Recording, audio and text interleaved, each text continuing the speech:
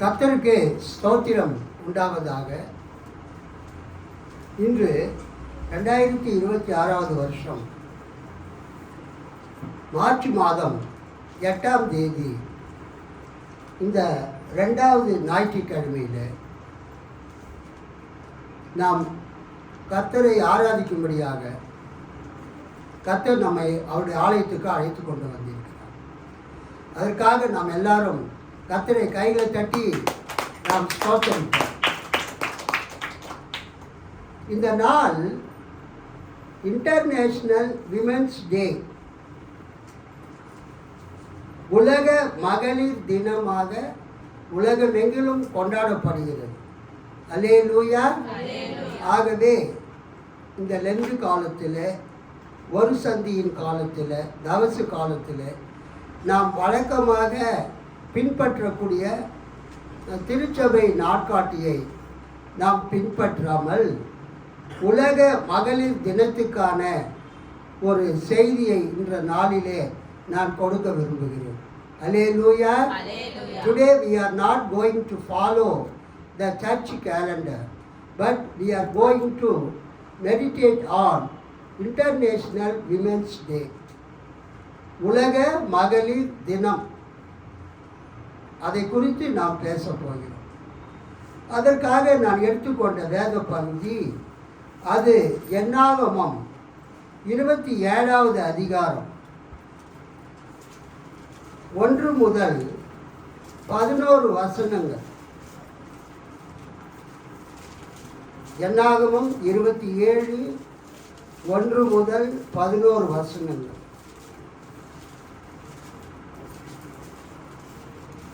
Sello புகாத்தின் புதல்வியர். திருவிவிலியம் பொதுமொழி பயிற்சியிலிருந்து வாசித்து தியானிப்போம். யோசேப்பு புதல்வரான மனாசே குடும்பங்களை சார்ந்தவர் செலோபுகாத்து. இவர் மனாசேயின் மைந்தர் மாகீரின் புதல்வர் கிலியாத்துக்கு பிறந்த ஏபேரின் மகன். இவருக்கு மக்லா, நோகா, ஒக்லா, மில்கா, திர்சா என்ற புதல்வியர் இருந்தனர். அவர்கள் வந்து மோசே, குரு எலையாசர், தலைவர்கள், மக்கள் கூட்டமைப்பினர் அனைவர் முன்னிலையில் சந்திப்பு கூடார வாயில் அருகில் நின்று கூறியது, எங்கள் தந்தை பாலை நிலத்தில் இறந்து போனார். கோராதை சார்ந்தவர்கள் ஆண்டவருக்கு எதிராக கூடிய கூட்டத்தினுள் அவர் இல்லை. அவர் தம் பாவத்துக்காகவே இறந்தார். அவருக்கு புதல்வர்கள் இல்லை. இப்போதும் தமக்கு புதல்வர் இல்லாத காரணத்துக்காக எங்கள் தந்தையின் பெயர் அவர் குடும்பத்தில் இருந்து ஏன் நீக்கப்பட வேண்டும்? எங்கள் தந்தையின் சகோதரர்கள் இடையே எங்களுக்கு பங்கு தாருங்கள். 5. மோசே அவர்கள் வழக்கை ஆண்டவரிடம் கொண்டு வந்தார். ஆண்டவர் மோசேயிடம் கூறியது, செலோபுகாத்தின் புதல்வியர் கேட்பது சரியே. அவர்கள் தந்தையின் சகோதரர் இடையே அவர்களுக்கு உரிமை சொத்தில் பங்கு கொடுத்து அவர்கள் தந்தையின் உரிமை சொத்து அவர்களுக்கு கிடைக்கச் செய். நீ இஸ்ரவேல் மக்களிடம் கூறு, மகன் இல்லாமலே ஒருவன் இறந்து விட்டால் அவன் உரிமை சொத்து அவன் மகளுக்கு சேர வேண்டும்.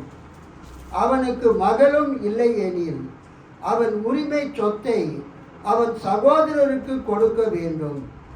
அவனுக்கு சகோதரரும் இல்லை எனில் அவன் உரிமை சொத்தை அவன் தந்தையின் சகோதரருக்கு கொடுக்க வேண்டும். அவன் தந்தைக்கும் சகோதரர் இல்லை எனில் அவன் உரிமை சொத்தை அவன் குடும்பத்தில் அவனுக்கு அடுத்த உறவினனுக்கு கொடுக்க வேண்டும். அவன் அதை உடைமையாக்கி கொள்வான். ஆண்டவர் மோசேக்கு கட்டளையிட்டபடி இது இஸ்ரவேல் மக்களுக்கு நியமமாகவும் விதிமுறையாகவும் விளங்கும். Praise the Lord. அல்லேலூயா. கண்களை மூடி நாம் ஜெபிப்போம். மகா கிருபையும் இரக்கமும் மிகுந்த பரம தந்தையே, இந்த உலக மகளிர் தினத்திலே, இன்டர்நேஷ்னல் விமென்ஸ் டேயில் ஆண்டவரே, நாங்கள் உலக மக்கள் அனைவரோடும் சேர்ந்து இந்த பெண்கள் தினத்தை எங்கள் தேவனுடைய மகிமையின் சபையில் நாங்கள் கொண்டாடுகிறோம். எங்களுடைய அன்பான தாய்மார்களுக்காக, உடன்பிறந்த சகோதரிகளுக்காக ஆண்டவரே நாங்கள் ஜெபிக்கிறோம். எங்கள் சபையில் இருக்கிற அனைத்து பெண்களுக்காக ஜெபிக்கிறோம். எங்கள் சபை மட்டுமல்ல, இந்த உலகம் முழுவதிலும் இருக்கிற அனைத்து மகளிருக்காக நாங்கள் ஜெபிக்கிறோம்.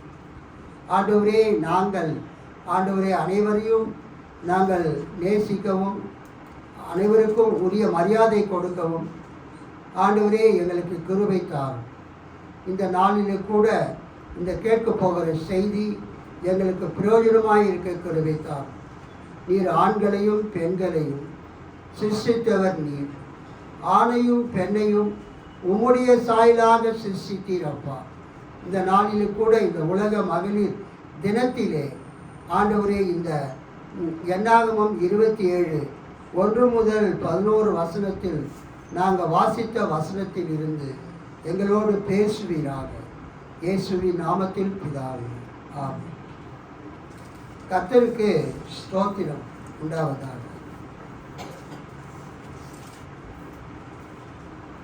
இந்த வேத பகுதி ஆங்கிலத்தில் டாட்டர்ஸ் ஆஃப் செலோபியாத் என்று அழைக்கப்படுகிறது. தமிழில் செலோபியாத்தின் குமாரத்திகள் என்று அழைக்கப்படுகிறது. அல்லேலூயா. கர்த்தருக்கு ஸ்தோத்திரம். யோசேப்புக்கு எகிப்து தேசத்தில் 2 பிள்ளைகள் பிறந்தார்கள். அதில் முதல் மகன் மனாசே, 2வது மகன் எப்ராயிம்.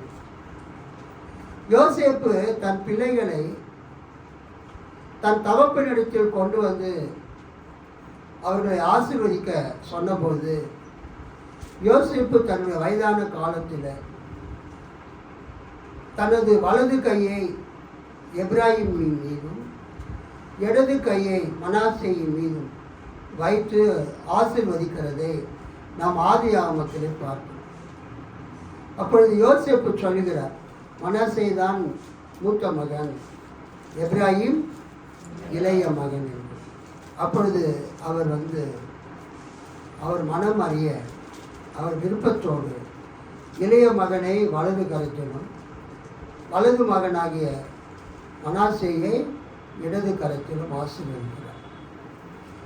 அவர் வாக்கு கொடுக்கிறார் என்னவென்றால், என்னுடைய ஆசீர்வாதங்கள் உனக்கு பதிலாக உன் பிள்ளைகள் இருவருக்கும் செல்லும். அதனால்தான் இஸ்ரவேல் வம்சத்தாருடைய கோத்திர அந்த படத்திலே பைபிளுக்கு பின்னாக இருக்கிற மேப்பை நீங்கள் பார்த்தீங்கன்னா இஸ்ரவேல் கோத்திரத்தாரின் தேசப்படம் என்று போட்டு 1 முதல் 12 எண்கள் கொடுக்கப்பட்டிருக்கும். அதில் யோசேப்பினுடைய பெயர் இருக்காது. அதில் யாருடைய பெயர் இருக்கும்?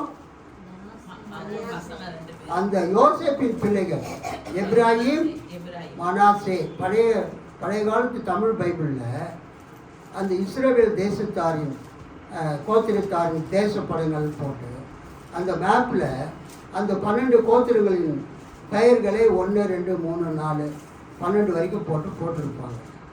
அதில் யோசேப்பு பெயர் இருக்காது. யாருடைய பெயர் இருக்கும்? எப்ராயிம், மனாசே, எப்ராயிம் இருக்கும். நம்பர் என்ன அது மேப்பில்? 10 என்னது? 10 எப்ராயிம், 11 மனாசே. அல்லேலூயா சொல்லாமா? அதனால பழைய பைபிள் ரொம்ப வேல்யூபிள். அது தூக்கி போட்டுறாதீங்க. இந்த பழைய பைபிளில் இருக்கிற மேப் ரொம்ப நல்ல மேப். எப்ராயிம், மனாசே அந்த பெயர்கள் அங்கே கொடுக்கப்பட்டிருக்கு. அந்த மனாசே கோத்திரத்துக்கு மட்டும் அந்த மேப்பை பார்த்தீங்கன்னா யோர்தான் நதிக்கு கிழக்கிலேயும் மனாசேயின் பேர் இருக்கும். யோர்தான் நதிக்கு மேற்கிலேயும் மனாசேன்னு இருக்கும். இருக்கா பாருங்க.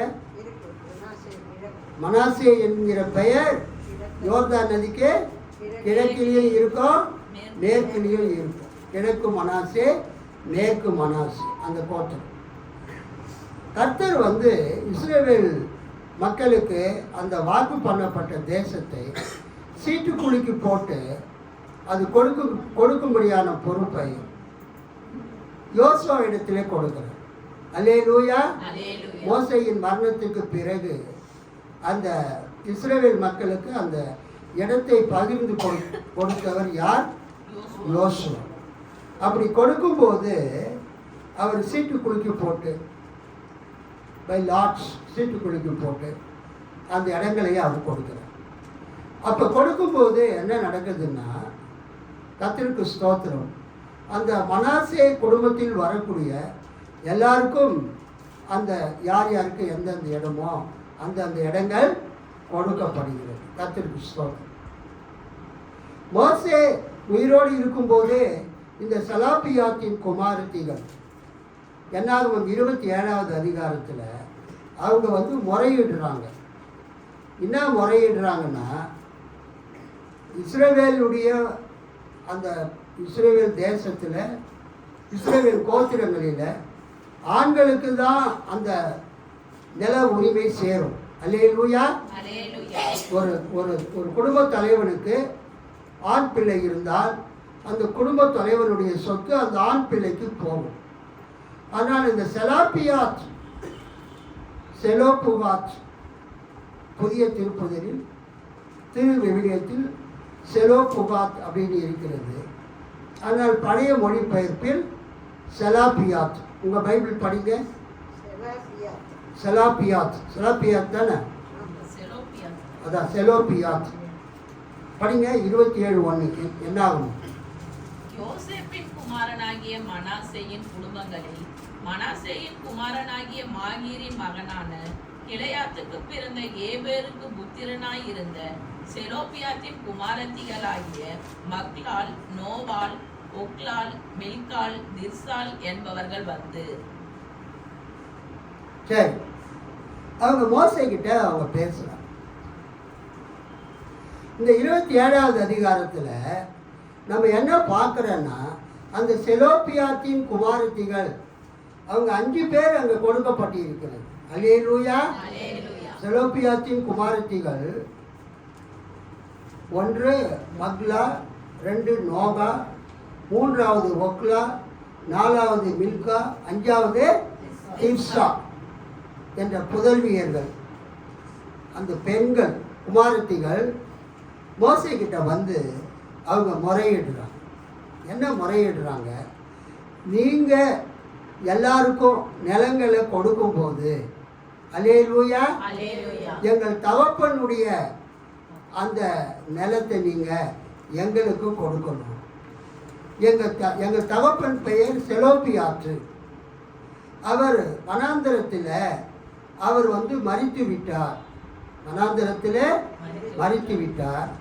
அவர் வந்து கோராகின் புத்திரரோடு சேர்ந்து உமக்கு விரோதமாக கலகம் பண்ணவில்லை. அவர் இயற்கையாக தன்னுடைய பாவத்தினால வனாந்தரத்தில் மரித்தார். இப்பொழுது அவருக்கு பிறந்த பிள்ளைகளாகிய நாங்கள் 5 பேர்கள் இருக்கிறோம். இந்த உலக மகளிர் தினத்தில் ஒரு நல்ல செய்தியை உங்களுக்கு நான் அறிவிக்கிறேன். தகப்பனுடைய சொத்திலே மகனுக்கு மட்டும்தான் உரிமை இருக்கிறதா? ரூபர்ட் சண்டைக்கு வந்துட போறார்.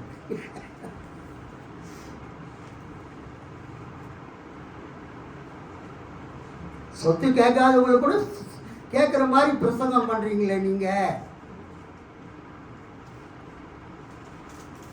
நாங்கள் தான் கல்யாணம் பண்ணிலாம் கொடுத்துட்டோம்ல, அவங்களுக்கு எவ்வளோ செலவு பண்ணியிருக்கோம். நிறைய ஆண்கள் கேட்குற கேள்வி இதுதான். ஆனால் ஆண்டவர் என்ன சொல்றாருன்னு தான் நான் உங்களுக்கு சொல்றேன். அல்லேலூயா. அந்த என்ன எமி ஆண்டவர் என்ன சொல்றாரு பெண்களை பற்றி? இந்த மகளிர் தினத்தில், உலக மகளிர் தினத்தில், இன்டர்நேஷ்னல் விமென்ஸ் டேல நம்ம என்ன பார்க்குறோன்னா, தகப்பனுக்கு வர வேண்டிய அந்த உரிமை, சொத்து உரிமை அவனுடைய மகனுக்கு வர வேண்டும். மகன் இல்லை என்றால் மகளுக்கு அல்லது மகள்களுக்கு வர வேண்டும். அதைத்தான் இந்த செலோப்பியாத்தின் குமாரத்திகள் 5 பேர் அவங்க மோசஸ் கிட்டேயும் மோசே கிட்டேயும் பிரதான ஆசாரியனாகிய எலியேசர் கிட்டேயும் ஜனத்தின் மூப்பர்கள் கிட்டேயும் அவங்க பேசுறாங்க. அல்லேலூயா, கர்த்தருக்கு ஸ்தோத்திரம். இது ஒரு அருமையான ஒரு வேத பகுதி. மோசே, தேவனுடைய மனுஷனாகிய மோசே, இஸ்ரவேல் மக்களை எகிப்திலிருந்து வழிநடத்தி வந்த, கானான் தேசத்தை நோக்கி வழிநடத்தி வந்த மோசே, கர்த்தருடைய ஆசரிப்பு கூடாரத்தின் வாசலில், அங்கேதான் அவர் மக்களை நியாயம் இருக்கிற இடம், அது ஆசரிப்பு கூடாரம் அல்லது டென்ட் ஆஃப் மீட்டிங், சந்திப்பு கூடார வாசலிலே அவர் நின்று கொண்டிருக்கிறார். He was standing at the entrance of the tabernacle. ஆசரிப்பு கூடாரத்தின் வாசலிலே அவர் நின்று கொண்டிருக்கிறார். ஆசரிப்பு கூடாரம் அல்லது சந்திப்பின் கூடாரம், டென்ட் ஆஃப் மீட்டிங். அப்பொழுது நிறைய கூட்டம் நிற்குது. இஸ்ரவேல் கோத்திரத்தாரெல்லாம் நிற்கிறாங்க, தலைவர்கள் எல்லாம் நிற்கிறாங்க. தேவனுடைய மனுஷனாகிய இஸ்ரவேல் மக்களுடைய தலைவனாகிய மோசே நிற்கிறார் சந்திப்பு கூடார, ஆசரிப்பு கூடார வாசல். பக்கத்தில் ஹை பிரீஸ்ட் எலியேசர், பிரதான ஆசாரியர் எலியேசர் நின்று கொண்டிருக்கிறார். மற்றும் கோத்திரங்களுடைய தலைவர்கள் எல்லாம் நின்று கொண்டிருக்கிறார். ஒரு பெருந்திரளான கூட்டத்தின் மத்தியில் 5 பெண் பிள்ளைகள் லைனாக நடந்து வராங்க. அல்லேலூயா. 5 பெண் பிள்ளைகள் எப்படி வராங்க? லைனாக வராங்க. முன்னால் டைரெக்டாக வந்துட்டாங்க அவங்க ஆசரிப்பு கூடார வாசலுக்கு. மோசே, அந்த எலியேசர், அந்த இஸ்ரவேல் கோத்திரத்தார் உடைய 12 கோத்திரங்களுடைய தலைவர்கள் எல்லாரும் பார்க்குறாங்க. என்னடா இது, இவ்வளோ பெரிய கூட்டத்தில் இந்த 5 பெண் பிள்ளைகள் வராங்களே. பொதுவாக பெண்கள்லாம் மீட்டிங்கில் என்ன பண்ண மாட்டாங்க, இருப்பாங்க. ஆனால் அவங்க மீட்டிங்கில் என்ன பண்ண மாட்டாங்க, பேச மாட்டாங்க. ஆனால் இந்த 5 பேரும் தைரியமாக, 5 அக்கா தங்கச்சிங்க எல்லாம் லைனாக வராங்க ஆசரிப்பு கூடார வாசலுக்கு, சந்திப்பின் கூடார வாசலுக்கு. அவர்கள் மோசே, குரு எலியாசர், தலைவர்கள், மக்கள் கூட்டமைப்பினர் அனைவர் முன்னிலையில் சந்திப்பு கூடார வாயில் அருகில் நின்று கூறியது, எங்கள் தந்தை பாலை நிலத்தில் வனாந்திரத்தில் இறந்து போனார். கோராகை சார்ந்தவர்கள் ஆண்டவருக்கு எதிராக கூடிய கூட்டத்தினுள் அவர் இல்லை. அதாவது மோசேக்கு எதிராக எங்கள் தந்தை கலகம் பண்ணாதவர். அவர் தம் பாவத்துக்காகவே இறந்தார். இயற்கையாகவே அவர் தாம் பாவத்துக்காகவே இறந்தார். அவருக்கு புதல்வர்கள் இல்லை. எங்க அப்பா செலோப்புகாத்துக்கு எங்க அப்பாவுக்கு ஆண் பிள்ளைகள் இல்லை. புதல்வர் இல்லாத காரணத்துக்காக எங்கள் தந்தையின் பெயர் அவர் குடும்பத்திலிருந்து ஏன் நீக்கப்பட வேண்டும்? எங்கள் தந்தையின் சகோதரர்கள் இடையே எங்களுக்கு பங்கு தாருங்கள் என்று சொல்லி அவங்க மோசேக்கிட்டையும் பிரதான ஆசாரியனாகிய எலியாசர்கிட்டையும் அங்கே இருக்கக்கூடிய ஜனத்தினுடைய அதிகாரிகள் முன்பதாகவும் தலைவர்கள் முன்பதாகவும் மோசேக்கிட்ட ஒரு விண்ணப்பத்தை அவங்க சமர்ப்பிக்கிறாங்க. பேப்பரில் எழுதி கொண்டு வந்து கொடுக்கல. ஜஸ்ட்டு அவங்க என்ன சொல்கிறாங்க, தங்களுடைய பிரச்சனைகளை சொல்கிறாங்க, முறையிடுகிறாங்க. இதைத்தான் நாம் என்னாகமம் 27:1-11 பார்த்தோம். அந்த 5 பெண் பிள்ளைகள் பெயர்கள் அங்கு கொடுக்கப்பட்டிருக்கிறது. 1ஆம் வசனம் படிங்க. 27:1. யோசேப்பின் குமாரனாகிய மனாசேயின் குடும்பங்களில் மனாசேயின் குமாரனாகிய மாகீரின் மகனான கிளையாத்துக்கு பிறந்த ஏபேருக்கு புத்திரனாய் இருந்த செலோப்பியாத்தின் குமாரத்திகளாகிய மக்லால், நோவால்,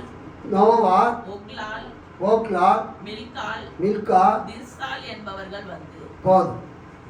5 புதல்விகள். இவருக்கு மக்லால், நோகா, ஓக்லா, மில்கா, திர்சா என்ற புதல்வியர் இருந்தனர். அல்லேலூயா. செலோப்பியாத்துக்கு 5 பெண் பிள்ளைகள் இருந்தனர். அவங்க பெயர்கள் இந்த இடத்துல எழுதப்பட்டிருக்கு. இது என்ன விசேஷம்னா, நீங்கள் பைபிள் படிக்கும்போது பொதுவாக பெண்களுடைய பெயர்கள் எழுதப்படாது.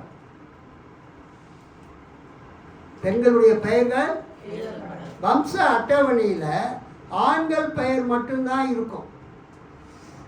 நீங்கள் மத்தேயு 1ஆம் அதிகாரத்தை 1ஆம் வசனத்தை படிச்சிங்கன்னா, இவன் அவனை பெற்றான், அவன் அவனை பெற்றான், அவன் அவனை பெற்றான் இருக்கும். ஆனால் பிள்ளை பெற்றதெல்லாம் யாரு? பெண்கள்.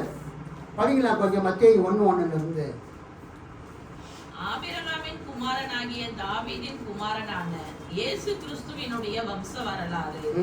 ஆபிரகாம் ஈசாக்கை பெற்றான், ஈசாக்கு யாக்கோபை பெற்றான், யாக்கோபு யூதாவையும் அவன் சகோதரரையும் பெற்றான், யூதா பாரேசையும் சேராவையும் தாமாரினிடத்தில் பெற்றான். போதும்.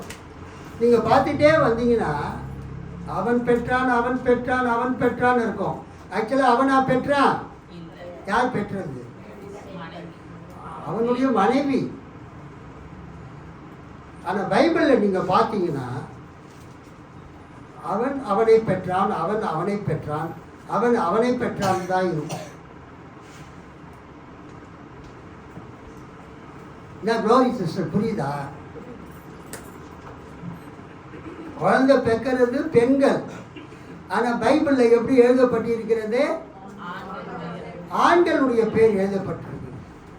ஆபிரகாம் ஈசாக்கை பெற்றான், ஈசாக்கை யாக்கோபை பெற்றான். ஸோ பைபிளுடைய முறைப்படி பெண்களுடைய பெயர்கள் வம்ச அட்டவணையில் வராது. அவங்க எழுத மாட்டாங்க. ஆண்களுடைய பேர் தான் அவங்க எழுதுவாங்க. இப்போ நம்ம ரேஷன் கார்டில் கூட என்ன இருக்குது?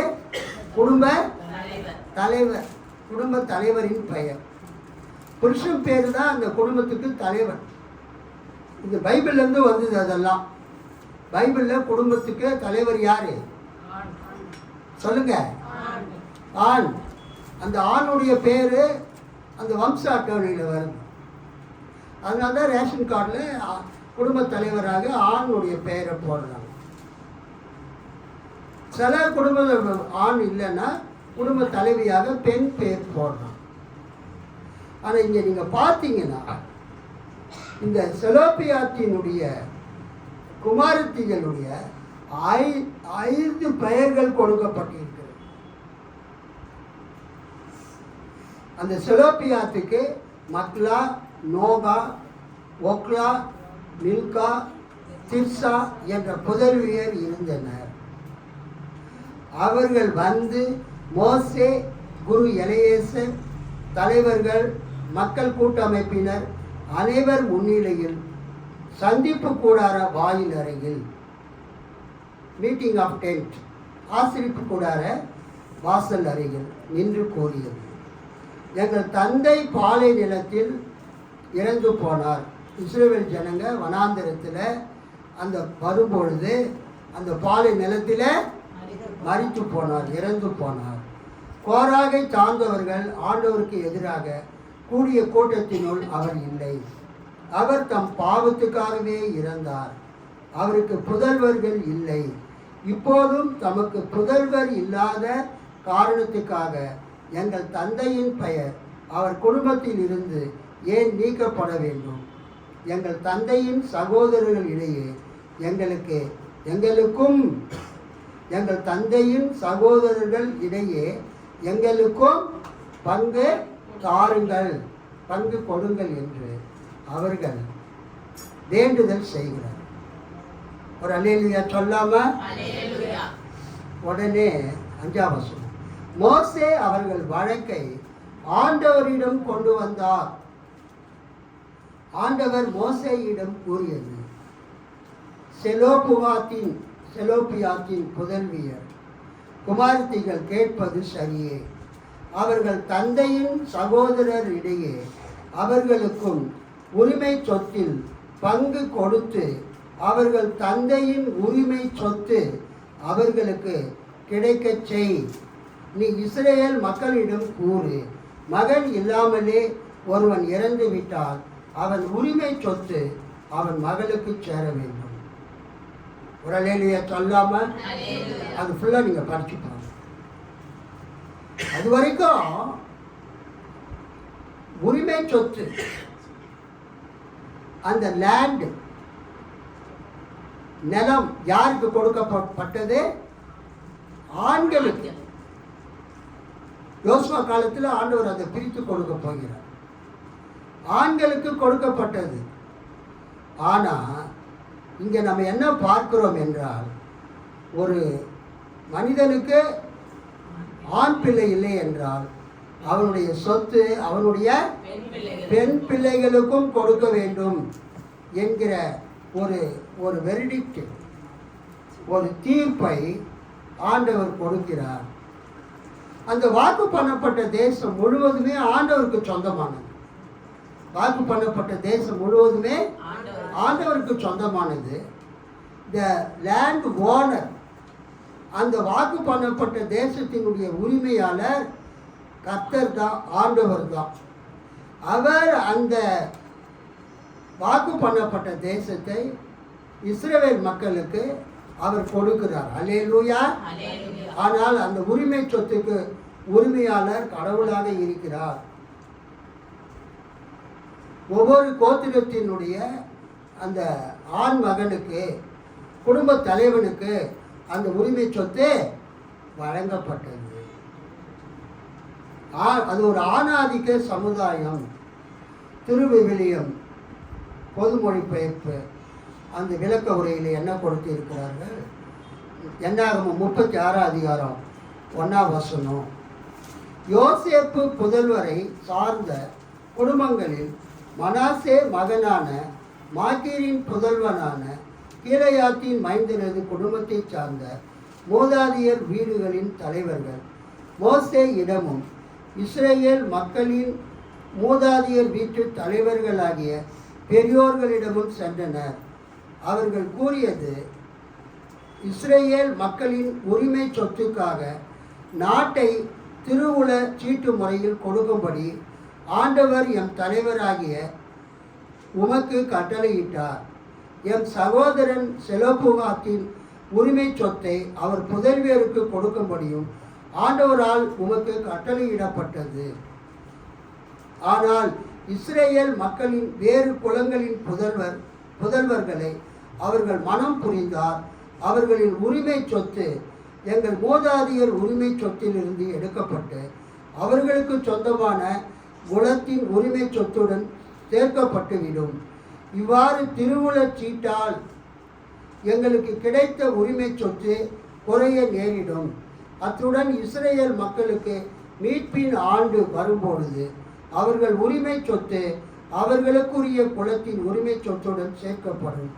இவ்வாறு அவர்களின் உரிமை சொத்து எங்கள் மூதாதையரின் உரிமை சொத்திலிருந்து குறைய நேரிடும். கர்த்தருக்கு ஸ்தோத்திரம்.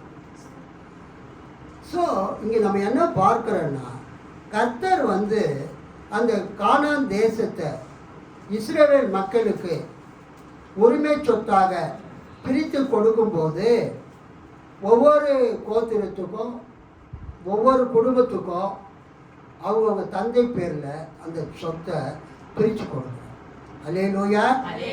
அது யாருக்கு எந்த லேண்ட் என்பதை அவங்க சீட்டு போட்டு குலுக்கி அதுதான் திருவிழா சீட்டுன்னு சொல்கிறாங்க. லாட் சீட்டு போட்டு குலுக்கி கொடுக்குறாங்க.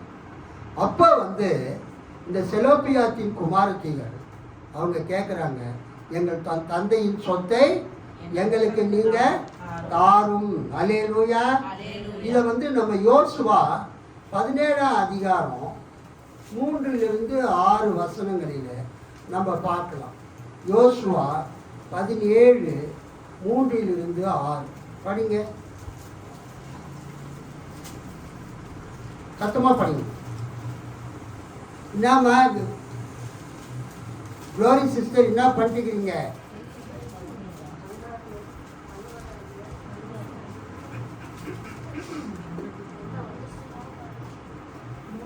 படிங்க, க்ளோரி சிஸ்டர் படிங்க. யோசுவா 17 3-6.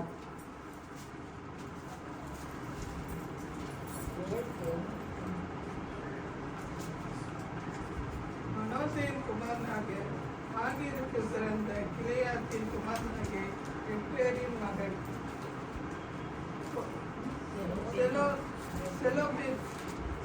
செலோப்பியாத்துக்கு குமாரத்திகள் தவிர குமாரர் இல்லை. அவன் குமார்த்திகள் நாமங்கள் மக்லார், நோவால், ஒக்லார், மில்கால், திர்சால் என்பவைகள். அவர்கள் ஆசாரனாகிய எலெயாசாருக்கு நூனின் குமாரனாகிய யோசுவாவுக்கும் பிரபுக்களுக்கும் முன்பாக சேர்ந்து எங்கள் சகோதரர் நடுவே எங்களுக்கு சுதந்திரம் கொடுக்கும்படி கர்த்தர் மோசேக்கு கட்டளையிட்டார் என்றார்கள். ஆகையால் அவர்கள் தகப்பனுடைய சகோதரரின் நடுவே கர்த்தருடைய வாக்கின்படி அவர்கள் சுதந்திரம் கொடுத்தான்.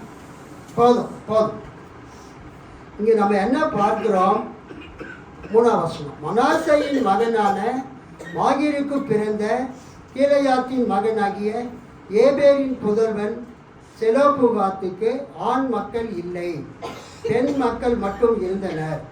அவனுடைய பெண் மக்களின் பெயர்கள் மக்லா, நோவா, ஒகுலா, மில்கா, தீரட்சா. திருவிவிடத்தில் அப்படிதான் பேர் வருது. அவர்கள் குரு எலெயாசரையும் நூனின் மகன் யோசுவாவையும் தலைவர்களையும் அணுகி, எங்கள் சகோதரர்கள் நடுவில் எங்களுக்கு உடைமைகள் அளிக்க ஆண்டவர் மோசேக்கு கட்டளையிட்டார் என்றனர். ஆண்டவரின் கட்டளைப்படி அவர்களுக்கு அவர்களுடைய தந்தையின் சகோதரர்களின் நடுவில் உரிமை சொத்து அளித்தார். அல்லேலூயா. ஸோ கவனிங்க, அந்த பெண் பிள்ளைகள் ஏன் அவங்க பேர் பைபிளில் வருது? பொதுவாக வம்ச அட்டவணைகளில் பெண் பிள்ளைகளுடைய பெயர்கள் வராது. அது எழுதுகிற பழக்கம் இல்லை. பழைய ஏற்பாடாக இருந்தாலும் புதிய ஏற்பாடு இருந்தாலும் வம்ச அட்டவணையில் பெண் பிள்ளைகளுடைய பெயர்கள் எழுதும் பழக்கம் இல்லை.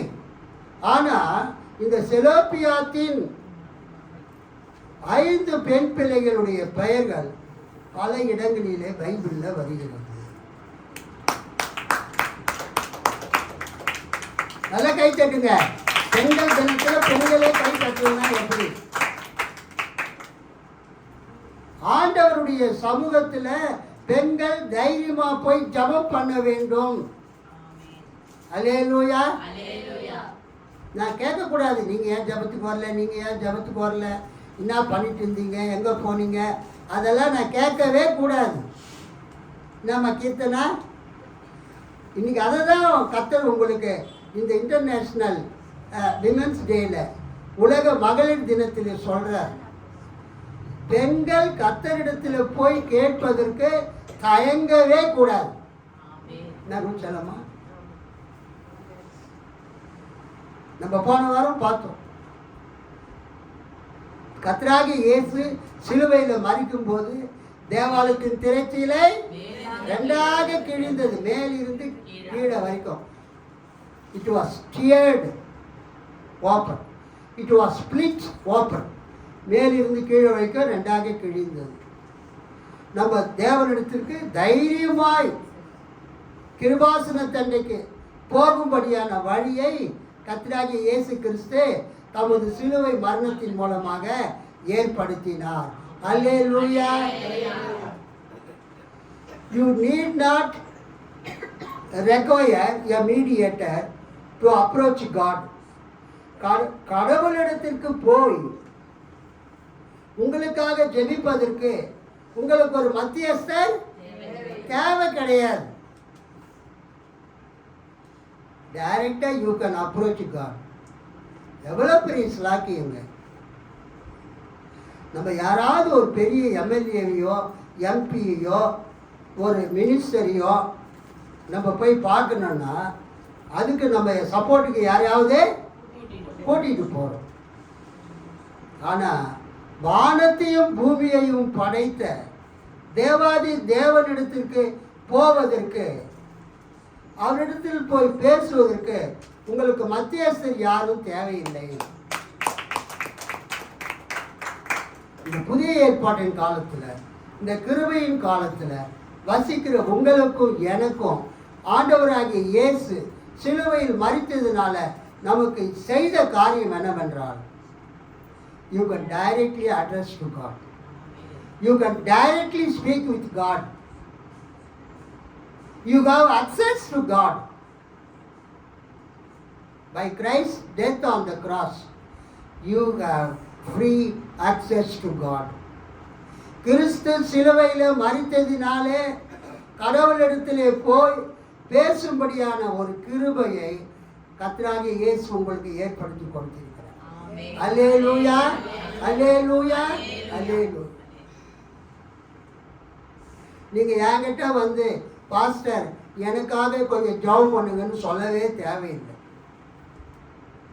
ஆனா நீதிமான்கள் பண்ணக்கூடிய ஜெபம் மிகுந்த பலம் உள்ளது. அதே நேரத்தில் நீங்கள் அவருக்கு மகனாக மகளாக இருக்கிறீர்கள். நீங்க யார் இயேசுவுக்கு? தேவனுக்கு நீங்க யாரு? மகன், மகள். ஆண்களாக இருந்தா நீங்க கடவுளுக்கு மகன், பெண்களாக இருந்தா நீங்க கடவுளுக்கு மகள். சிஸ்டர் இளவரசி விமலா, உங்க அப்பாட்ட பேசுறதுக்கு யாராவது ரெக்கமெண்டேஷன் கூட்டிட்டு போவீங்களா?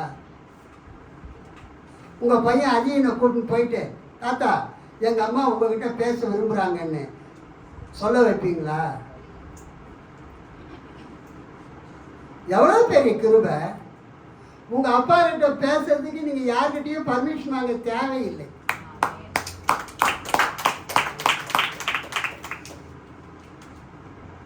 உங்க அப்பா கிட்ட பேசுறதுக்கு யார்கிட்டயும் பர்மிஷன் வாங்க. நீங்க பேசாம இருக்கிறத பார்த்துதான் அவர் ஆச்சரியப்படுறார். விண்ணப்பம் பண்ணுகிறவன் ஒருவனும் இல்லையே என்று கர்த்தர் கண்டு ஆச்சரியப்பட்டார்.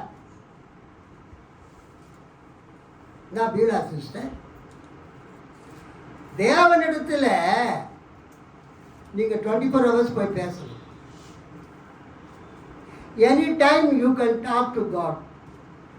எந்த நேரமும் நீங்க ஆண்டவருக்கு ஃபோன் பண்ணி அவரை டிஸ்டர்ப் பண்ணலாம். Hallelujah. Any time you call to God, you can call to God. ஆனால் ஆண்டவர் சொல்றாரு, விண்ணப்பம் பண்ணுகிறவன் ஒருவனும் இல்லை என்று கண்டு கர்த்தர் என்ன பண்ணாரா? ஆச்சரியப்பட்டாராம். How sad it is. இயேசு சிலுவையில் மரித்து தமது ரத்தத்தை சிந்தி தனது ஜீவனை கொடுத்து சிலுவையில் மரித்து உங்களுக்காக எனக்காக மகா பரிசுத்த ஸ்தலத்தையும் பிரித்திருந்த, தேவனையும் மனிதர்களையும் பிரித்திருந்த அந்த திரைச்சீலையை மேலிருந்து கீழே வரைக்கும் ரெண்டாக கிழித்தார்.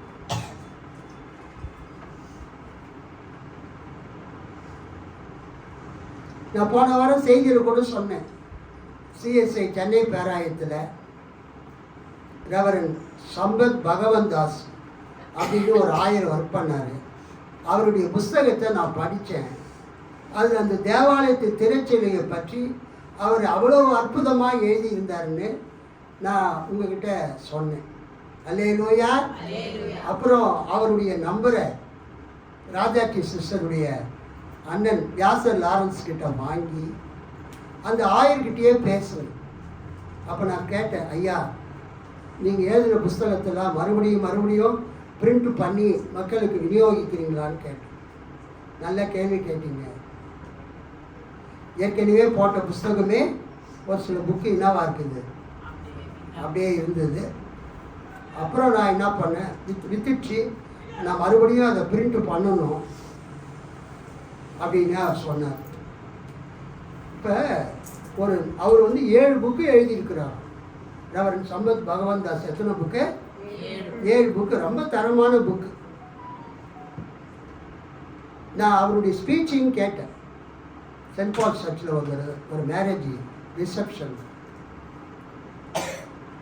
ஒரு சிறந்த ஒரு பேச்சாளர், எழுத்தாளர். UTC பெங்களூரில் பிடி படிச்சிருக்காரு. MA ஃபிலாசபி படிச்சிருக்காரு. நல்ல ஒரு ஆயர். 7 புக்கு எழுதியிருக்கிறாரு. நான் சொன்னேன், அந்த புக்கெலாம் இருந்தால் மோரியா ஊழியத்தில் நான் ரெக்கமெண்ட் பண்ணி அந்த புக்கெலாம் உங்களுக்கு ரீப்ரிண்ட் பண்ணுறதுக்கு நான் ஏற்பாடு பண்ணுறேன். அந்த 7 புக்கும் ஃபஸ்ட்டு அவர் தேடி கண்டுபிடிச்சி கொடுக்கணும். அதில் அவர் எழுதியிருக்கிறார், அந்த தேவாலயத்தினுடைய திரைச்சீலை மேலிருந்து கீழே வரைக்கும் கிழிந்தது. மனிதர்கள் கடவுளத்திற்கு போகும்படியான ஒரு வாய்ப்பை இயேசுவினுடைய சிலுவை மரணம் ஏற்படுத்தினது. ரெவரண்ட் மார்ட்டின் என்ற ஒரு ஐயா கிட்ட கூட அந்த புக்கு இருக்குதான்னு கேட்டேன். கர்த்தருக்கு ஸ்தோத்திரம். அதில் பார்த்து சொல்கிறேன்னு இருக்கிறாங்க. இயேசுவின் சிலுவை மரணத்தினால நமக்கு என்ன கிடைச்சது? கடவுள்கிட்ட போகக்கூடிய ஒரு வழி கிடைச்சது. நம்ம யார்கிட்டையும் ஜெபம் பண்ண சொல்ல தேவையில்லை. கன்னி மரியே எங்களுக்காக வேண்டிக் கொள்ளும், புனித அந்தோனியாரே எங்களுக்காக வேண்டிக் கொள்ளும். அதி தூதர்கள், பிரதான தூதர்கள், மிகாவேல் அதி தூதரே எங்களுக்காக வேண்டிக் கொள்ளும். நம்ம யார்கிட்டையும் ஜெபம் பண்ண தேவை.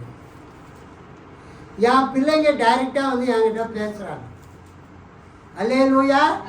அவங்க ரெக்கமெண்டேஷன் யாரையும் கூப்பிட்டு வர்றதில்லை. இயேசுவின் சிலுவை மரணத்தின் மூலமாக நீங்கள் பிதா கிட்ட போகிறதுக்கான நேரடி வாய்ப்பை இயேசு உங்களுக்கு ஏற்படுத்தி கொடுத்திருக்கிறார். அல்லேலூயா. இந்த செலோப்பியாத்தின் குமாரத்திகள் 5 பேர் அவங்க என்ன பண்ணாங்க? செலோப்பியாத்தின் குமாரத்திகள் யோசுவா 17 அதிகாரம் 3-6 நம்ம என்ன பார்க்குறோன்னு சொன்னால், அவங்க டைரெக்டாக யோசுவா கிட்ட போகிறாங்க. மனாசேயின் மகனான மாகிருக்கு பிறந்த கிளையாத்தின் மகனாகிய ஏபேரின் புதவன் செலோப்புகாத்துக்கு ஆண் மக்கள் இல்லை, பெண் மக்கள் மட்டும் இருந்தனர். அவனுடைய பெண் மக்களின் பெயர்கள் மக்லா, நோவா, ஒகுலா, மில்கா, தீரட்சா. அவர்கள் குரு எலையாசரையும் நூனின் மகன் யோசுவாவையும் தலைவர்களையும் அணுகி, எங்கள் சகோதரர்கள் நடுவில் எங்களுக்கு உடைமைகள் அளிக்க ஆண்டவர் மோசேக்கு கட்டளையிட்டார் என்றனர். ஆண்டவரின் கட்டளைப்படி அவர்களுக்கு அவர்களுடைய தந்தையின் சகோதரர்களின் நடுவில் உரிமை சொத்து சுதந்திரம் அளித்தார். அல்லேலூயா. ஸோ இன்றைக்கு பிரசங்கம் ரொம்ப சிம்பிள் தான். அந்த செலோப்பியாத்தின் குமாரத்திகள் 5 பேரும் மோசே கிட்ட போய் கேட்குறாங்க. மோசே கர்த்தர்கிட்ட கேட்குறாரு. அவங்க கேட்குறது நியாயம். ஒருத்தனுக்கு ஆண் மகன் இல்லை என்றால் அந்த உரிமை சொத்து யாருக்கு போகணும்? பெண் பிள்ளைகளுக்கு போகணும். அவங்களுக்கு பிரித்து கொடுத்துருன்னு சொல்லிட்டேன்.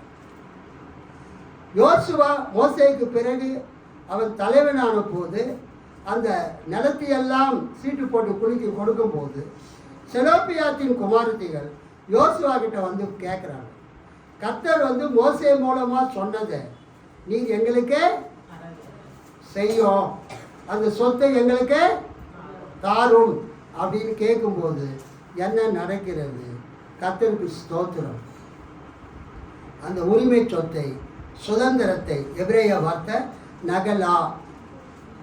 நகலா என்பது உரிமை சொத்து, சுதந்திரம். அப்பாவுடைய சொத்து மகளுக்கு வர்றது நகலா. அந்த சொத்தை யோசுவா செலோப்பியாத்தின் 5 குமாரத்திகளுக்கு கொடுத்தார்.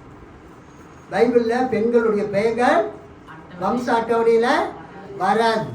ஆனால் இந்த பெண் பிள்ளைகள் தைரியமாக சென்று அவங்க தங்களுடைய உரிமையை கேட்டார்கள். அல்லேலூயா. அது வரைக்கும் சொத்து வந்து யாருக்கு தான் கொடுக்கப்படும்? ஆண் பிள்ளைகளுக்கு. இவங்க போய் கேட்டதுனால ஆண் பிள்ளைகள் இல்லை என்றால் சொத்து யாருக்கு தரலாம்? பெண் பிள்ளைகளுக்கு தரலாம் என்கிற ஒரு புதிய இன்ஹெரிட்டன்ஸ் தான், உரிமை சொத்தின் விதி ஏற்படுத்தப்பட்டது. இதில் நம்ம கவனிக்க வேண்டியது, அந்த 5 பெண் பிள்ளைகளும் கரேஜாக தைரியமாக அவங்க போய் தங்கள் தலைவரிடத்தில் கேட்டாங்க. அந்த கோரிக்கை மனு ஏற்றுக்கொள்ளப்பட்டது. அவங்களுக்கு நீதி செய்யப்பட்டது. ரொம்ப ரிஜிடாக இருந்த ஆண்களுக்கு மட்டும்தான் சொத்தில் பங்கு என்று இருந்த அந்த உரிமை மாற்றப்பட்டு பெண்களுக்கும் சொத்திலே பங்கு உரிமை உண்டு என்று சட்டத்தை கத்தத்தில் அவர் ஏற்படுத்தினார். கைகளை தட்டி ஆண்டவரை ஏற்படுத்தினார்.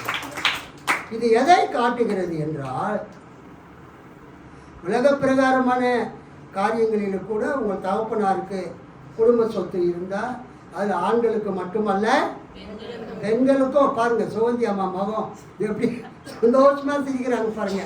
அப்பா, நான் விழுப்புரத்துலேருந்து மெட்ராஸ்க்கு வந்தேன், இந்த நல்ல செய்தியை கேட்கறதுக்கு ஆண்டவர் என்ன அனுப்பி வச்சிருக்கார்.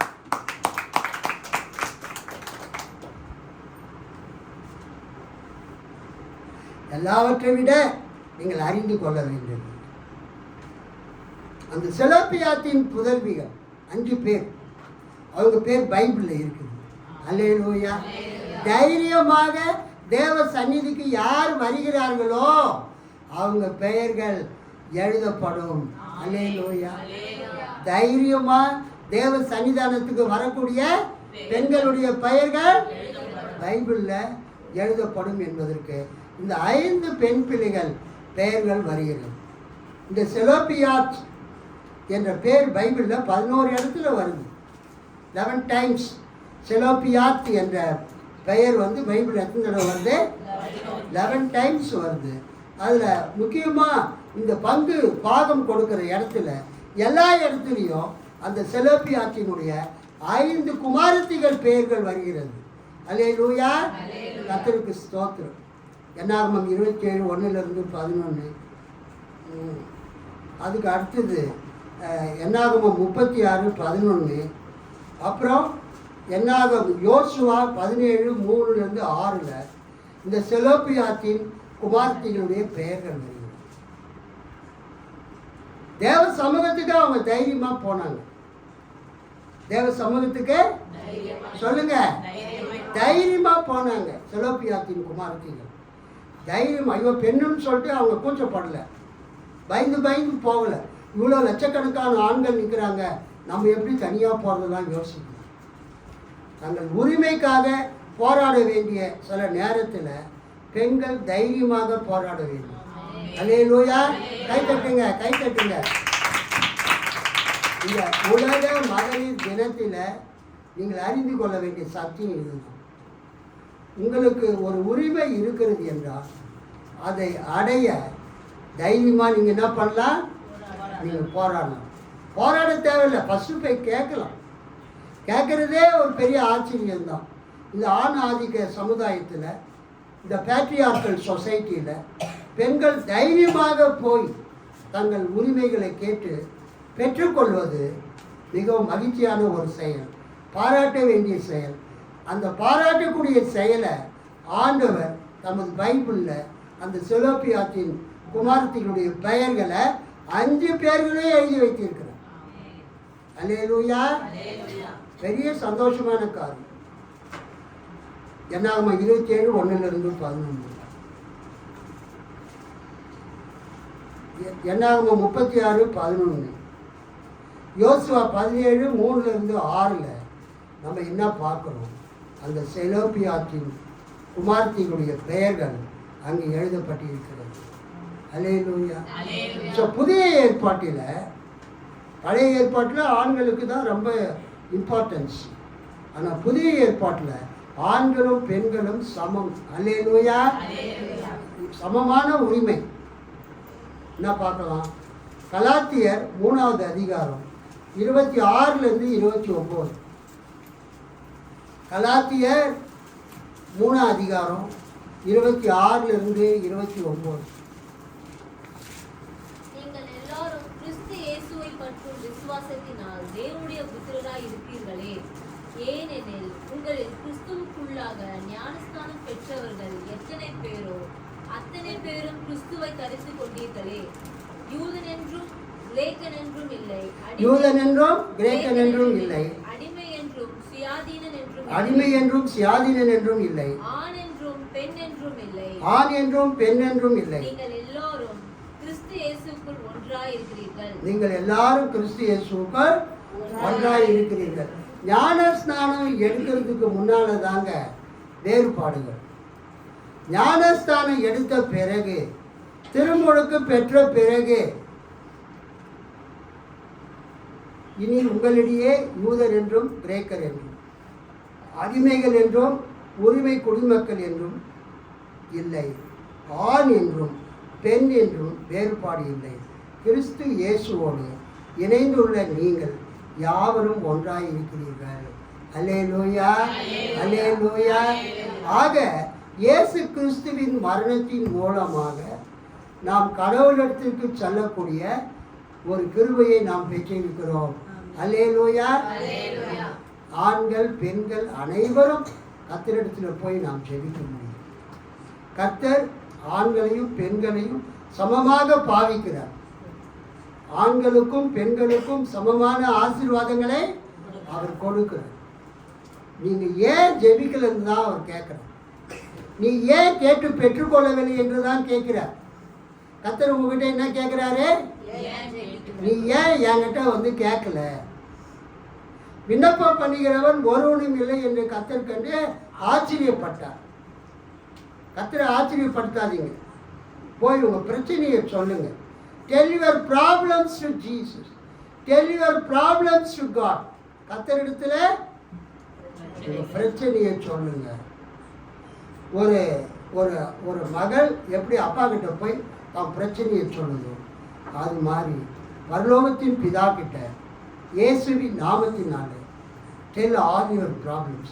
உங்கள் எல்லா பிரச்சனையும் சொல்லுங்க. கர்த்தர் அதுக்கு உடனே பதில் கொடுப்பார். கர்த்தர் உங்களுக்கு நீதி செய்வார். அல்லேலூயா சொல்லாமா? ஸோ இன்னும் இயேசுவை ஏற்றுக்கொள்ளாதவங்க இயேசுவை ஏற்றுக்கொள்ளுங்க. யோவான் 1:12 முடிப்போம். யோவான் 1:12.